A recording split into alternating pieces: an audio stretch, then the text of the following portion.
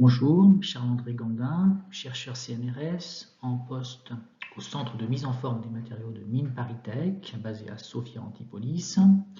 Donc aujourd'hui, nous allons parler de microstructures de solidification dans les procédés de fabrication additive, en nous posant la question au cours de la présentation, comment définir la solidification rapide? Alors voilà le contenu de la présentation. Tout d'abord, nous verrons un certain nombre de généralités sur les microstructures de solidification, en rappelant leur lien avec les paramètres des procédés. Nous verrons un exemple de modélisation de structures de solidification et finalement nous aborderons un certain nombre de théories en lien avec la solidification de la zone pâteuse. Et nous conclurons en statuant sur une définition de la solidification rapide, questionnement que nous aurons tout au long de la présentation. Je présente ici quelques généralités sur la microstructure dendritique. Il s'agit donc d'une phase solide en croissance dans un liquide qui est de morphologie ramifiée, avec ici un tronc principal et des branches secondaires. Les directions de croissance de ce tronc et de ses branches sont définies par les propriétés cristallographiques de la phase solide. Et les caractéristiques en termes de longueur de cette microstructure sont le rayon à la pointe de la dendrite, l'espacement secondaire interdendritique, c'est-à-dire entre les branches secondaires ici, et entre deux troncs primaires, l'espacement interdendritique primaire. La morphologie de croissance d'une phase solide dans une phase liquide n'est pas seulement dendritique, elle peut aussi être cellulaire, auquel cas toutes ces branches secondaires ici sont absentes, en front-plan ou en bande. On verra un exemple plus loin de telle microstructure. Alors à une échelle plus macroscopique, celle des grains, c'est-à-dire d'un agencement de ces branches de dendrite, eh bien on peut avoir une observation de structures colonnaires, donc en colonne, ou équiaxes, c'est-à-dire assez isotropes. Dans le cas de structures colonnaires, on a le résultat d'une croissance épitaxiale depuis des couches de matériaux partiellement refondus et formés préalablement, par exemple lors de la construction justement d'une pièce par fabrication additive. En conséquence, il va y avoir une forte texture cristallographique et un comportement mécanique anisotrope. Alors que dans le cas de grains équiaxes, les structures seront plus isotropes, tant de point de vue cristallographique que d'un point de vue morphologique. Enfin, il faut dire qu'il y a de fortes corrélations entre ce que l'on connaît des structures de solidification formées dans les procédés de soudage avec les structures observées en fabrication additive et notamment pour le rôle des paramètres gradient de température et vitesse de solidification. Voilà, donc je donne maintenant quelques exemples de structures de grains issues de la croissance dendritique. Donc tous ces exemples proviennent du livre La fabrication additive des alliages métalliques, en cours d'édition par ISTE. Donc on observe à gauche par microscopie optique et dans les autres cas par EBSD des structures colonnaires très orientées avec une texture en lien avec la direction de fabrication, principalement on va dire colonnaire dans le cas de l'inconel et de l'alliage basse-titane Ta6V, mais dans le cas de l'alliage d'aluminium à LSI 10 magnésium, on voit que les structures colonnaires sont certes au centre de l'image, mais que sur les côtés se trouvent également des mélanges de structures colonnaires et plus équiaxes. Sont également observées des microstructures eutectiques qui sont le résultat d'une croissance multiphasée solide dans le liquide. Du fait de la présence de plusieurs phases qui croissent ensemble dans le liquide, on va caractériser cette microstructure souvent par l'espacement entre les lamelles, ce qu'on appelle le lambda E ici, avec une très forte dépendance à la vitesse de solidification. On peut passer d'une lamelle d'un micron à une lamelle de quelques dizaines ici de nanomètres lorsque la vitesse augmente. La morphologie de la structure eutectique est également très dépendante de la vitesse de solidification. On va passer d'une structure régulière, ici, à une structure oscillante, comme on voit ici, ou à une structure en bande. Et évidemment, on peut se poser la question de savoir si la morphologie de cette microstructure doit être utilisée pour définir le domaine de solidification rapide. Alors cette microstructure est très rarement étudiée comme le résultat de la solidification primaire, elle est souvent le résultat d'une solidification secondaire, interdendritique, due à l'accumulation de soluté par la microségrégation entre les brades dendrites. On reviendra sur cette notion plus tard. Et par ailleurs, cette structure a un rôle important sur la sensibilité à la fissuration dans la fabrication de pièces par fabrication additive. Donc je poursuis en vous donnant les relations entre les longueurs caractéristiques de la microstructure dendritique ou eutectique avec les procédés, les paramètres des procédés de solidification que sont le gradient de température, ici G, et la vitesse de solidification, ici V.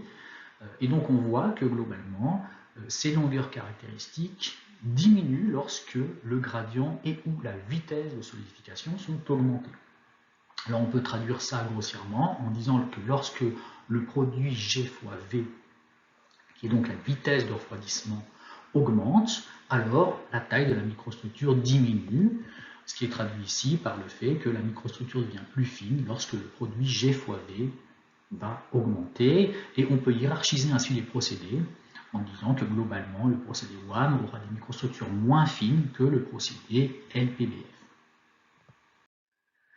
Similairement, on peut regarder l'influence des paramètres gradient de température et vitesse de solidification sur la morphologie des grains et donc leur nature colonnaire ou équiaxe. Pour cela, on peut reprendre le mécanisme de blocage mécanique du front colonnaire par les grains équiaxes proposé par Hunt, qui nous dit que si la fraction de grains équiaxes atteint une valeur critique, alors le front colonnaire ici est arrêté, il ne peut plus se développer. Donc on cherche à calculer l'évolution de la fraction volumique de grains équiaxes entre le moment où ils germent, à la température du liquidus, et le moment où ils arrivent à la température de croissance du front colonnaire. Donc, il y a quelques équations assez simples qui nous mènent à ce critère. Le critère dit que si le rapport entre le gradient et la vitesse de solidification est inférieur à une certaine grandeur, alors la transition colonnaire équiaxe aura lieu. Où NE ici représente la densité de germination de ces grains équiaxes. Donc ceci se traduit par une flèche de ce type-là qui nous dit que si le rapport G sur V diminue trop, alors la transition colonnaire équiaxe va avoir lieu. Donc on va passer d'une structure ici colonnaire à une structure équiaxe, ici en étoile. Ici, je vous montre comment on peut accéder au gradient de température et à la vitesse de solidification. Alors, la vitesse de solidification étant ici assimilée à la vitesse de l'isotherme du liquidus. Donc, on voit ici un champ de température calculé. En rouge, l'isotherme du liquidus, qui est une surface.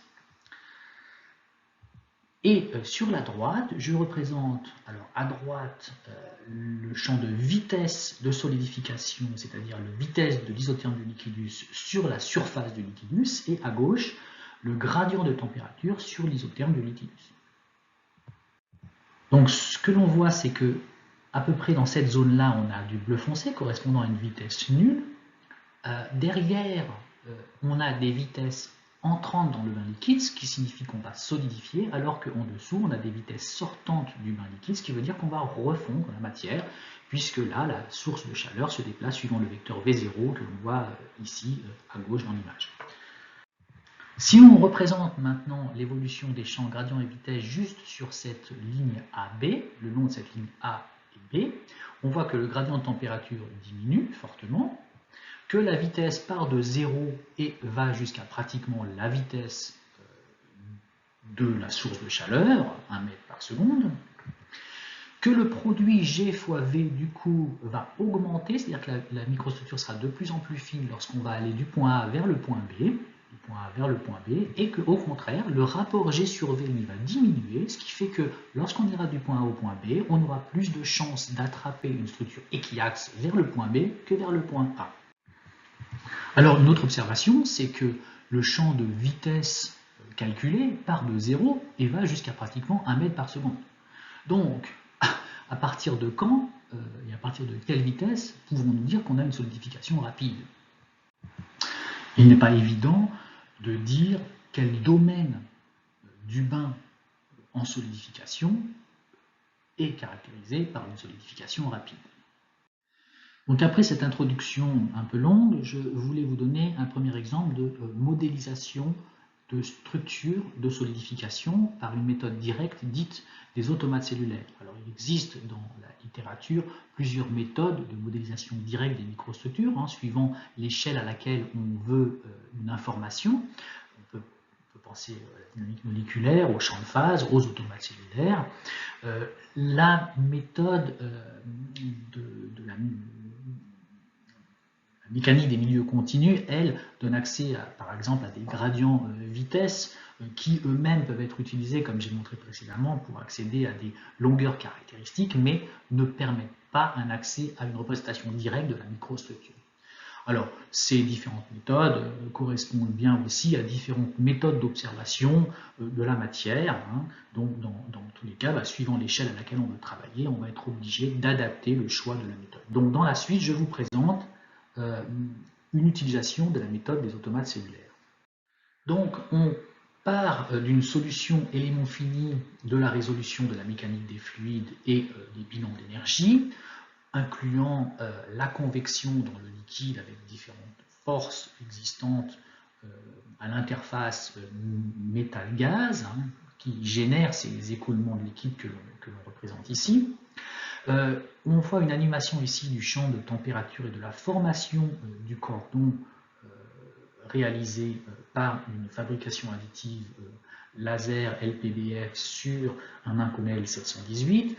Ici en vert se trouve l'isotherme du liquidus, et puis si on fait une coupe transverse, ici on voit comment la matière est fondue, puis est solidifiée, comment le cordon, l'interface libre métal-gaz évolue pour, in fine, prédire la forme générale ici du cordon réalisé par fabrication additive. Alors, évidemment, l'objectif, c'est de prédire une structure de grain. On la voit ici, en utilisant la méthode des automates cellulaires. On est parti d'une structure équiaxe isotrope de point de vue morphologique et cristallographique, et puis une croissance épitaxiale a eu lieu depuis la région partiellement fondue. Ici, évidemment, c'est une section transverse à travers la simulation tridimensionnelle, et on peut prédire ainsi aussi la texture de solidification. Le problème d'une telle simulation, c'est son coût. Cette simulation a duré 7 jours sur 28 CPU, alors que le procédé ici n'est que de 1 mm de long pour un procédé LPBF, ce qui est évidemment ridicule. Alors, à noter quand même que l'automate cellulaire, ici, le calcul de la structure n'a pris que 44 minutes parmi ces 7 jours de calcul.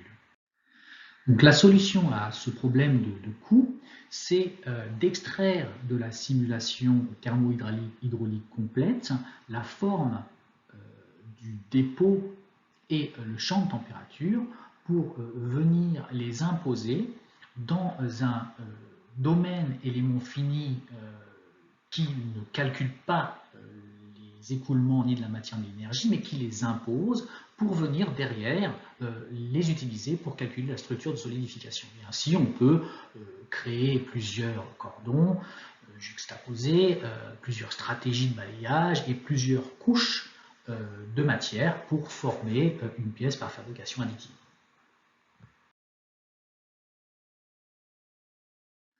Donc je vous montre ici à un temps donné la structure de solidification en cours de calcul, en cours de fabrication, avec ici une région colonnaire dans la partie basse, une région équiaxe qui provient effectivement de la germination sous le liquidus en vert ici, dans une région de liquide surfondu de la germination de grains équiaxes qui ont pu croître, se développer et empêcher la croissance d'un front colonnaire. Donc un tel calcul a pris 20 heures sur les mêmes 28 processeurs pour une longueur totale de 31 mm de cordon, ce qui est encore très faible par rapport au kilomètre d'une pièce, mais qui permettent, on va le voir après, de commencer à représenter une structure et une texture que l'on peut comparer aux résultats expérimentaux. Je vous donne ici rapidement les paramètres du calcul. C'est un Incodel 718 qui n'a pas de texture initiale, mais dont on connaît la densité de grains de substrat ainsi que ses dimensions. Le paramètre principal est la densité de germes pour la structure équiaxe. Et côté procédé, outre toutes les propriétés matériaux en lien avec le calcul thermohydraulique, donc le coefficient de Marangoni, la viscosité, etc., eh bien, on va avoir les paramètres procédés qui seront la puissance et la vitesse, ainsi que le diamètre de la source laser. On rajoute à cela, pour le calcul macro, le H, la distance entre les cordons, 70 microns. On rajoute également dans la stratégie de balayage des paramètres tels que la hauteur des dépôts, 25 microns, le nombre de cordons suivant la direction plus Y ici, qui vont être construits, ainsi que la longueur des cordons suivant les directions plus X et moins X successivement. Alors je vous montre d'abord le résultat du calcul dans une coupe transverse, c'est-à-dire à X constant. Donc plus clairement, voilà par où sont passés les cordons lors de la construction successive. On a une structure qui est globalement plus fine au centre des cordons que entre les cordons, sans que l'on réussisse encore bien à définir si dans cette coupe il y a ou non une texture formée par la construction ici de ces cordons. Donc pour aller plus loin, on peut faire deux coupes suivant le longitudinal, suivant des directions Y constantes, donc des coupes à travers le cordon, soit au centre du cordon, soit entre les cordons. Donc voilà les deux coupes suivant des plans Y égale constante, ici à gauche au centre du cordon, à droite entre deux cordons. Alors on voit d'ailleurs que cette coupe est plus haute, la construction suivant la direction Z est plus élevée que la coupe entre les cordons, puisque le haut du cordon est d'altitude plus élevée que entre les deux cordons. On voit également une structure équiaxe très présente en haut du cordon et beaucoup moins présente entre les cordons. Une texture qui commence à se former dans la zone colonnaire ici, également présente mais différente, les couleurs ici sont très différentes entre les cordons comparativement à ce qu'on a au centre des cordons. Alors pour essayer de mieux visualiser les textures, on va faire maintenant des coupes suivant différentes altitudes, allant de moins 50 à plus 50 microns, on voit, depuis la zone initiale dans le substrat jusqu'à la zone colonnaire a priori qui semble texturée à 50 microns. Voilà, donc je pars du substrat, je suis à Z égale moins 50 microns et je vais me diriger dans des coupes successives vers plus 50 microns, c'est-à-dire dans la zone colonnaire construite. Donc ici, on a une figure de pôle et direction 1, 0, 0, avec la direction ici de balayage X, ici la direction transverse, la direction de construction Z est au centre. Et donc si on monte ici à moins 40, moins 30, moins 20 microns, etc., jusqu'à atteindre les 50 microns, eh bien, on voit se former une texture très forte qui correspond à une direction cristallographique 1, 0, 0, donc l'axe principal des structures dendritiques suivant la direction X, et deux directions cristallographiques 1, 0, 0 qui sont, on va dire, orientées ici 1, 1, 0 par rapport à la direction YZ. Donc on a des directions à 0, 0 qui sont à 45 degrés dans les plans YZ.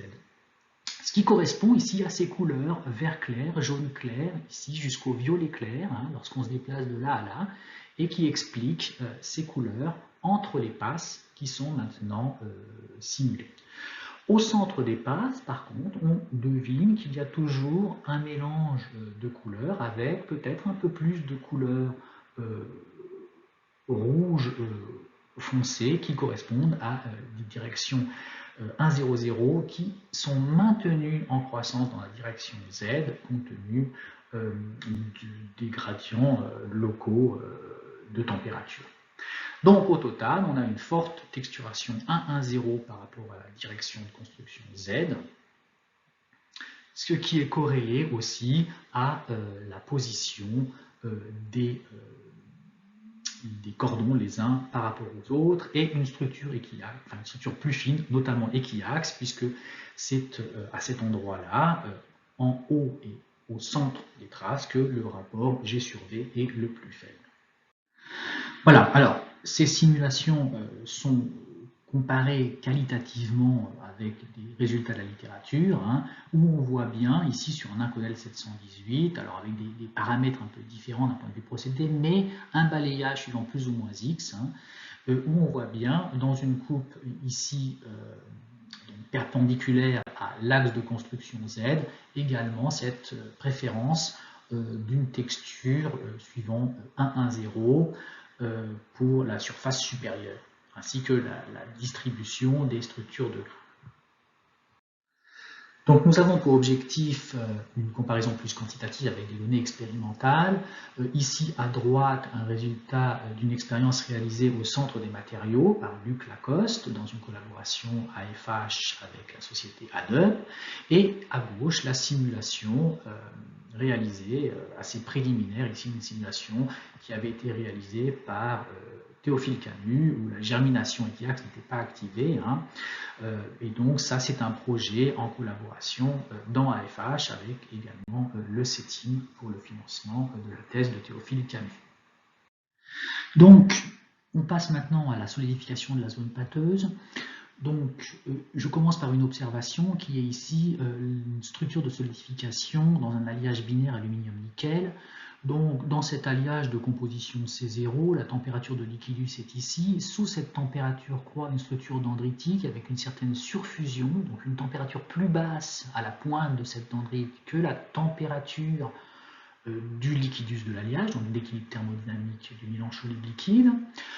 Ici, une température de formation d'une structure eutectique qui est plus basse que la température d'équilibre thermodynamique, dite température eutectique dans le diagramme de phase. Donc à nouveau, il y a une surfusion de croissance du front eutectique. Et on voit également la germination de grains équiaxes dans le liquide. Donc ce mélange de solide et de liquide dans cette zone de température est appelée zone pâteuse. Et on va voir dans la suite de la présentation comment on peut calculer les cinétiques de formation des frontières de cette zone pâteuse, donc les cinétiques de croissance dendritique et la cinétique de croissance eutectique, ainsi que la manière dont le soluté ici va enrichir les canaux interdendritiques. On voit une variation de niveau de gris correspondant à un enrichissement en nickel dû à la croissance de dendrites d'aluminium, un enrichissement en nickel du liquide, c'est ce qu'on appelle la microségrégation qui donne lieu à la croissance de la structure eutectique. Alors je vous montre un petit film d'ailleurs de cela, une animation, puisque c'est un film obtenu à l'ESRF. On a vu ici la croissance de l'eutectique, on voit la croissance dendritique, on voit la croissance des grains équiaxes. Évidemment, certains pourraient se dire, puisqu'on a des surfusions et puisqu'on a tous ces phénomènes hors équilibre avec des grains équiaxes, peut-être pourrions-nous utiliser cela comme critère pour déterminer qu'on a une solidification rapide. Mais évidemment, là, dans ce cas, on a une vitesse de solidification de 4 microns par seconde avec un gradient très faible et on est très très loin de conditions de solidification rapide. Donc j'introduis maintenant rapidement les cinétiques de croissance des microstructures dendritiques et eutectiques qui sont aux frontières de la zone pâteuse. Donc la surfusion de croissance de la structure dendritique, c'est-à-dire l'écart entre la température du liquidus et la température de la pointe de la dendrite, TD alpha L, est égal à 3 surfusions qui sont la somme d'une contribution de surfusion solutale due à la diffusion des espèces chimiques dans le liquide, une surfusion de courbure due au fait que l'interface n'est pas plane, et une surfusion liée à l'attachement cinétique, à la cinétique d'attachement des atomes depuis le liquide pour former la structure, le cristal solide. Donc on voit que ces 3 contributions sont toutes fonctions du rayon et de la vitesse de solidification. Donc Pour déterminer de manière unique la relation entre la température et la vitesse, il faut rajouter une relation, et cette relation est donnée par le fait que le rayon de la pointe est égal à la longueur minimale qui peut être utilisée pour déstabiliser une interface plane solide-liquide. Cette longueur est donnée par cette analyse en stabilité de Mullins-Sekarka qui date des années 60. Et donc, c'est une longueur proportionnelle au gradient de composition chimique dans le liquide devant l'interface, fois la pente du liquidus dans le diagramme de phase, moins un gradient de température. Cette analyse en stabilité nous donne également la vitesse minimale et maximale pour la stabilité d'un front-plan solide-liquide. Donc, cette relation supplémentaire nous permet d'obtenir de manière unique la température en fonction de la vitesse de solidification pour une pointe de dendrite. Alors, un autre phénomène qui intervient lorsque la vitesse de solidification devient trop grande, c'est que le rapport D sur V devient plus petit que delta, l'épaisseur de l'interface solide-liquide, c'est-à-dire l'épaisseur sur laquelle les atomes passent de l'état liquide à l'état solide. La conséquence de cela, c'est que les atomes ne vont pas réussir à suivre l'équilibre thermodynamique décrit par le diagramme de phase, et donc le coefficient de partage K alpha L ne va plus pouvoir être respecté. Il va y avoir une dépendance du coefficient de partage avec la vitesse de solidification, c'est ce qu'on appelle le piégeage de soluté. Donc ça, c'est un des modèles qui existent pour décrire ce piégeage de soluté. Alors de même, la pente du liquidus va également devenir une fonction de la vitesse de solidification à travers le coefficient de partage qui sera modifié par la vitesse de l'interface. Donc dans le cas d'une interface plane, on va pouvoir, alors on voit ici le liquidus qui évolue en fonction de la vitesse de solidification, puisque la pente évolue, le liquidus évolue, puisque le coefficient de partage évolue et va tendre vers 1 pour des très grandes vitesses, et bien la température de solidus va également évoluer avec la vitesse de solidification jusqu'à ce qu'on obtienne un coefficient de partage égal à 1 où la température de liquidus et de solidus se sont rejoints, et ce qui fait qu'on forme un solide sans ségrégation chimique. Donc ici, on peut calculer la température d'un front-plan, qui est la température du solidus en régime stationnaire, mais qui va dépendre de la vitesse de solidification. On peut rajouter à cela la relation qu'on a vue précédemment pour la température des dendrites, Td alpha L, en fonction de la vitesse, dans un domaine entre la vitesse minimale et maximale dans lesquels le front-plan n'est pas stable. Et on va ainsi commencer à se rendre compte qu'il va falloir décider dans ce domaine de vitesse laquelle des structures est stable. Est-ce que c'est la structure dendritique ou la structure en front-plan? Et dans les faits, le critère nous dira que la structure sélectionnée est la structure qui est la plus haute température. Donc dans ce domaine, on va observer un front-plan. Dans ce domaine, on va observer des structures dendritiques et cellulaires. Et puis, dans des domaines de plus forte vitesse, on va à nouveau observer un front-plan et une structure un peu particulière qu'on appelle une structure en bande. Je donne ici un exemple de calcul d'une cinétique de croissance dendritique pour un Inconel 718. Donc, on a une extension possible du modèle présenté précédemment dans lequel la matrice de diffusion complète, y compris les coefficients hors diagonaux, sont pris en compte et où on a un couplage complet avec l'équilibre thermodynamique donné par le diagramme de phase pour des alliages multicomposés. Donc, lorsque l'on utilise ce modèle de cinétique de croissance, on obtient l'ensemble de ces points bleus qui donnent la surfusion en fonction de la vitesse de solidification, et on constate qu'il est possible d'ajuster une fonction puissance sur cet ensemble de points bleus. C'est la courbe rouge, qui explique d'ailleurs que précédemment, lorsque je vous ai introduit la modélisation de la transition colonnaire-Équillac, j'ai utilisé une relation puissance pour la relation vitesse-surfusion. Alors, question, est-ce que on a de la solidification rapide. Et la raison pour laquelle on peut se poser la question, c'est que dans le cas de l'équilibre thermodynamique, la composition d'une pointe de dendrite est donnée par le coefficient de partage fois la composition de l'alliage. Et ces valeurs de composition du premier solide formé au liquidus sont très différentes des compositions que l'on observe lorsque la vitesse augmente. Si je prends l'exemple du niobium ici, la composition à basse vitesse est égale à 1,98% poids, alors que si j'augmente la vitesse, je vais tendre vers les 5% poids que représente la composition de l'alliage. Un modèle de cinétique de croissance peut aussi être développé pour la structure eutectique. Donc de même, on va avoir une température de formation de la structure eutectique composée des lamelles alpha et bêta en croissance dans le liquide égale à une contribution solutale plus une contribution de courbure. Donc maintenant, si je viens utiliser ces différentes cinétiques de croissance pour tracer la température de la microstructure en fonction de la vitesse, je vais obtenir pour la structure alpha plane dans le liquide la courbe rouge que j'ai présentée précédemment, pareil pour les dendrites en vert, mais on va aussi pouvoir, pour cet alliage de composition W0, à très forte vitesse, on va pouvoir prédire la cinétique de croissance de dendrites de phase bêta dans le liquide et d'un front-plan de phase bêta dans le liquide. Mais également, on va pouvoir prédire la température de formation de la structure eutectique dans le liquide. Et si on conserve le critère de sélection basée sur la température la plus élevée, eh bien la structure ayant la température la plus élevée à différentes vitesses va l'emporter, c'est-à-dire que quand on va augmenter la vitesse, la structure eutectique sera obtenue à basse vitesse ainsi que dans ce domaine de vitesse intermédiaire. Dans ce domaine de vitesse ici, on aura une structure dendritique, on aura une structure en front-plan de la phase alpha et puis une structure en front-plan de la phase bêta à très haute vitesse. Voilà. C'est ce qu'on appelle la zone couplée.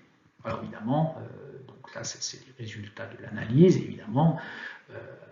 Est-ce que le fait d'avoir des structures différentes de celles attendues en regardant le diagramme de phase, c'est-à-dire une structure de phase alpha, correspond à des phénomènes de solidification rapide? Là encore, ça peut être une façon de définir la solidification rapide. Donc, deux transparences sur la microségrégation avant de conclure.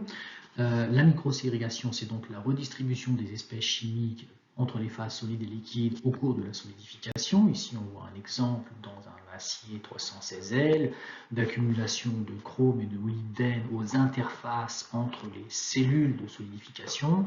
Et ici, sur la droite, un exemple beaucoup plus récent où on arrive par une nouvelle technique de microscopie électronique à transmission dynamique in situ à mesurer les vitesses et déduire les compositions et la température de l'interface solide-liquide, et où on voit donc ce coefficient de partage qui augmente pour tendre vers une valeur unitaire lorsque la vitesse ici augmente, donc lorsque la température diminue.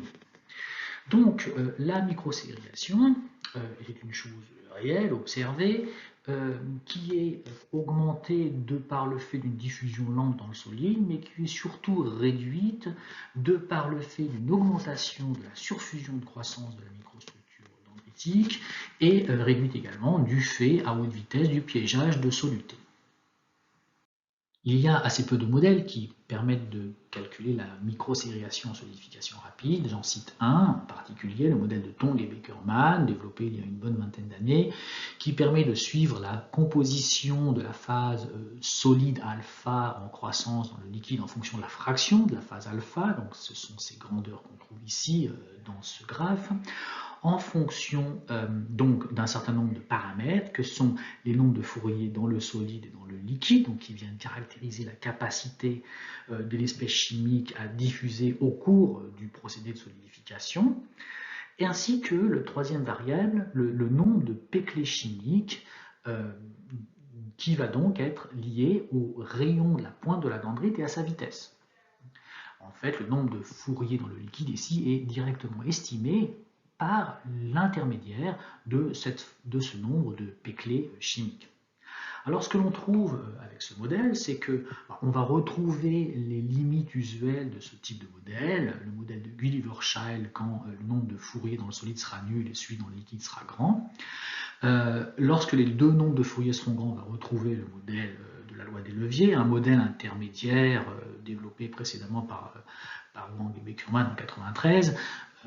Mais là, je vous laisse aller voir la littérature pour vous rendre compte de ce que cela signifie. Mais surtout, on va trouver que lorsque le nombre de Fourier dans le liquide tend vers 0, ce qui revient à dire que le rayon de la pointe est très petit et que la vitesse est très grande, donc le nombre de Peclet ici au total va tendre vers une grande valeur, eh bien, on va retrouver une solidification sans ségrégation, donc un alliage de composition uniforme. Donc quand on compare ce résultat de ce modèle en rouge avec les données expérimentales qui tombent dans ces boîtes ici quadrillées, eh bien on trouve un assez bon accord cela permet d'éviter d'utiliser ce modèle ici qui est le modèle de Gulliver-Child qui est classiquement utilisé et qui n'est effectivement pas très bon en solidification rapide. Alors, s'agit-il ici de solidification rapide du fait que la partition, enfin la ségrégation chimique observée semble moindre que en solidification plus lente, ici, qui serait donnée par ce modèle de Gulliver-Child? Eh bien, peut-être, en tout cas, ce que je peux vous dire, c'est que si on tient compte dans ce modèle de la cinétique de point de Landry, pour tenir compte de sa surfusion et de la formation du premier solide formé, on ne tient pas compte dans ce modèle de l'évolution du coefficient de partage et du diagramme de phase avec la vitesse. Donc il n'y a pas de piégeage de soluté dans ce résultat de calcul que je vous montre ici. Alors ce que j'ai essayé de vous faire comprendre, c'est que la solidification rapide, ce n'est pas forcément le fait d'utiliser une vitesse de source de chaleur ou de procédé rapide, ce n'est pas forcément non plus le fait d'obtenir des microstructures métastables, ce n'est pas non plus nécessairement le fait d'avoir une transition d'une cellule, d'une structure dendritique à une structure cellulaire ou à une structure en front-plan, ou même des structures équiaxes, donc une transition colonnaire équiaxe, et ce n'est pas non plus nécessairement le fait d'avoir une microségrégation qui montre une faible distribution des espèces chimiques, une faible redistribution entre les phases solides et liquides des espèces chimiques. Alors, ce que nous définissons volontiers nous autres comme solidificateur, comme solidification rapide, c'est le fait de perdre l'équilibre thermodynamique localement à l'interface solide-liquide. Autrement dit, d'avoir un phénomène de piégeage de soluté avec un coefficient de partage qui va s'éloigner du coefficient d'équilibre thermodynamique et un diagramme de phase avec des nappes de liquidus et de solidus qui vont progressivement converger pour tendre vers la ligne T0. Alors je rappelle ce qu'est la ligne T0. Donc dans une construction classique, on vient calculer l'énergie libre d'une phase solide et d'une phase liquide, et par la construction de la tangente commune, on vient à une température et une pression donnée, bien sûr, déterminer quelles sont les compositions d'équilibre sur le diagramme de phase. Donc si ceci est fait à la température du solidus, eh bien on va trouver cette composition XB0 pour le solide et XB0 sur K0 ici pour le liquide. Donc lorsque pour la même composition d'alliage on cherche la température à laquelle ces deux énergies libres de phase vont être égales cette fois-ci, eh bien on va trouver la valeur de la température qui va correspondre pour cette composition ici à ce qu'on appelle la ligne T0 du diagramme de phase. Et les microstructures formées dans ces conditions de perte d'équilibre thermodynamique local à l'interface sont typiquement la solidification en front plan sans partition, donc quand le coefficient de partage est égal à 1, donc on va se retrouver dans ces domaines très élevés de vitesse de solidification, ça c'est pour un alliage aluminium-cuivre, ou bien la formation à très haute vitesse également de bandes, de microstructures en bandes. Alors, j'ai évidemment conscience d'être allé très vite sur certaines notions, et ce malgré le fait que j'ai dépassé le temps qui m'était imparti. parti pour cette présentation. Donc, j'espère que vous avez des questions sur toutes les notions un peu rapides sur lesquelles je suis passé. Et si c'est le cas, n'hésitez surtout pas à m'envoyer un message et je serai content de préparer des réponses à vos questions. Merci bien.